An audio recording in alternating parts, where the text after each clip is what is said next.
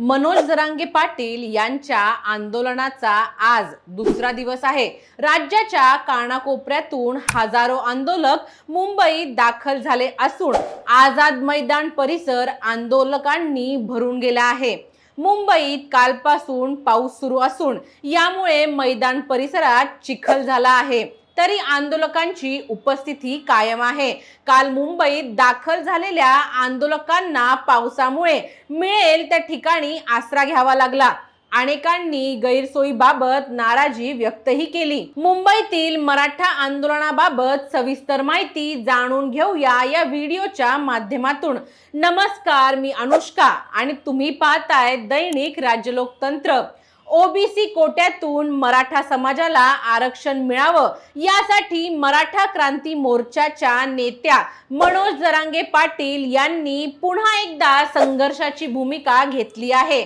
मागण्या पूर्ण होईपर्यंत माघार घेणार नाही असा निर्धार त्यांनी व्यक्त केला आहे। त्यांचं हे आंदोलन सध्या मुंबईच्या आझाद मैदानावर सुरू असून यासाठी राज्यभरातून मराठा समाजाचे लोक मोठ्या संख्येने मुंबईत दाखल झाले आहेत। गेल्या काही दिवसांपासून मनोज जरांगे पाटील आपल्या आंदोलनाच्या तयारीत होते। अखेर त्यांनी अंतरवाली, सराटी, तालुका अंबड, जिल्हा जालना येथून यात्रा सुरू केली आणि आता हजारो समर्थकांसह ते मुंबईतील आझाद मैदानात पोहोचले आहेत। कालपासूनच आंदोलन सुरू असून आजही सकाळपासून आझाद मैदान आणि सीएसएमटी स्टेशन परिसरात आंदोलकांची प्रचंड गर्दी झाली आहे। सीएसएमटी स्टेशन परिसरात आंदोलकांनी मोठ्या प्रमाणात जमाव केल्याने वाहतूक कोंडी झाली आहे। रस्त्यावर वाहनांची रांग लागली असून प्रवाशांना मोठ्या अडचणींचा सामना करावा लागत आहे। पावसामुळे अनेक ठिकाणी आंदोलकांची गैरसोयही झाली आहे। काहींनी याबाबत आपला राग व्यक्त केला आहे। मनोज जरांगे पाटील यांनी आंदोलकांना शांतता राखण्याचं आवाहन केलं आहे। त्यांनी सांगितलं की रस्त्यावरील वाहतूक अडवू नका, गाड्यांना वाट करून द्या आणि आंदोलन शांततेत पार पाडा। मात्र अजूनही अनेक ठिकाणी गोंधळाचे वातावरण आहे। काही ठिकाणी रस्ता रोको झाल्याचे प्रकार घडले आहेत। पोलिसांनी तात्काळ कारवाई करत अशा ठिकाणचे रस्ते मोकळे केले आहेत। मुंबई पोलिसांनी आझाद मैदानात आंदोलन करण्यासाठी मनोज जरांगे यांना परवानगी दिली आहे, पण ही परवानगी काही अटींवर आधारित आहे।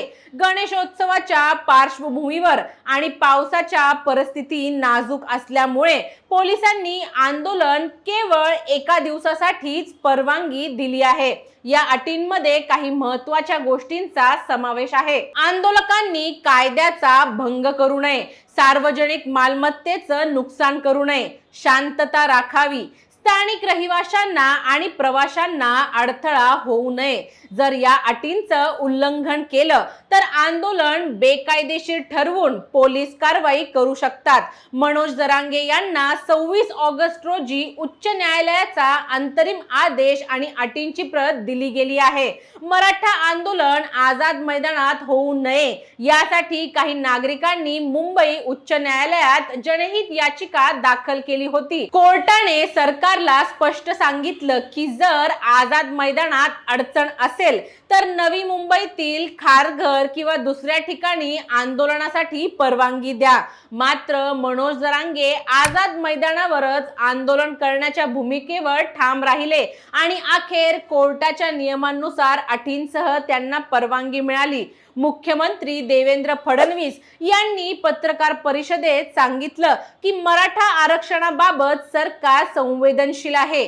केवळ आश्वासनं देऊन काही होणार नाही, यासाठी कायदेशीर आणि संवैधानिक मार्ग शोधणं गरजेचं आहे। त्यांनी हेही स्पष्ट केलं की काही लोक ओबीसी आणि मराठा समाजामध्ये तंटा लावण्याचा प्रयत्न करत आहेत, मात्र सरकार दोन्ही समाजांमध्ये सलोखा राहावा यासाठी प्रयत्नशील आहे। फडणवीस म्हणाले, पूर्वी मराठा समाजाला 10% आरक्षण दिलं गेलं होतं आणि ते कोर्टातही टिकलेलं आहे।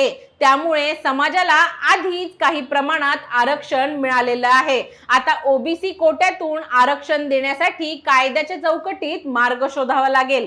जरांगे पाटील यांनी स्पष्ट सांगितलं की आरक्षण मिळाल्याशिवाय आंदोलन थांबवणार नाही। त्यांनी सरकारवर आरोप केला की गणपती सारख्या सणांचा वापर करून सरकार आंदोलन थांबण्याचा प्रयत्न करत आहे.